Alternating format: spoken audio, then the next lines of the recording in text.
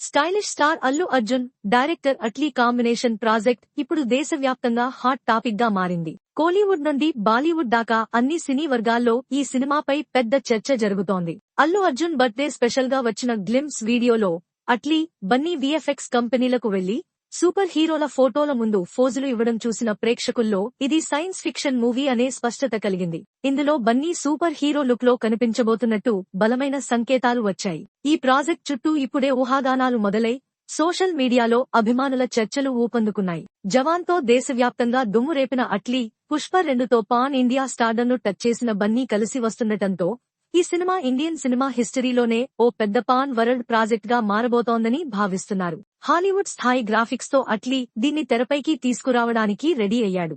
ఈ భారీ ప్రాజెక్ట్ కు సన్ పిక్చర్స్ అధినేత కళానిధి మారన్ దాదాపు రూపాయి 600 నుంచి 700 వరకు కోట్ల బడ్జెట్ ను ఖర్చు చేయబోతున్నారని సమాచారం. గ్రాఫిక్స్, విఎఫ్ఎక్స్ కోసం ఏ స్థాయిలో ఖర్చు పెట్టాలనుకుంటున్నారో అదే చెప్పేస్తోంది. ఇంతకీ ఈ ప్రాజెక్ట్లో మరో ఇంట్రెస్టింగ్ విషయం ఏంటంటే బన్నీ, అట్లీ ఇద్దరూ రెమ్యూనరేషన్ తీసుకోవడం లేదట.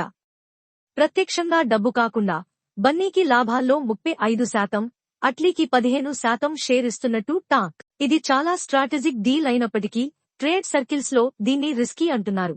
700 కోట్ల రూపాయలు బడ్జెట్ ఓ చిన్న విషయం కాదు. అవుట్పుట్ ప్లాన్ చేసినట్టుగా వస్తే ఓకే, కాకపోతే నిర్మాతలతో పాటు హీరో, డైరెక్టర్ కూడా భారీ నష్టాలను ఎదుర్కోవాల్సి వస్తుందని భావిస్తున్నారు. ఇలాంటి భారీ ప్రాజెక్ట్ ఫలితం ఎలా ఉండబోతోందో చూడాలంటే ఇంకొద్ది రోజులు ఆగాల్సిందే. కానీ ఒకటి మాత్రం ఖాయం, ఇండియన్ సినిమా ఊహించని రేంజ్ లోకి వెళ్లబోతోంది.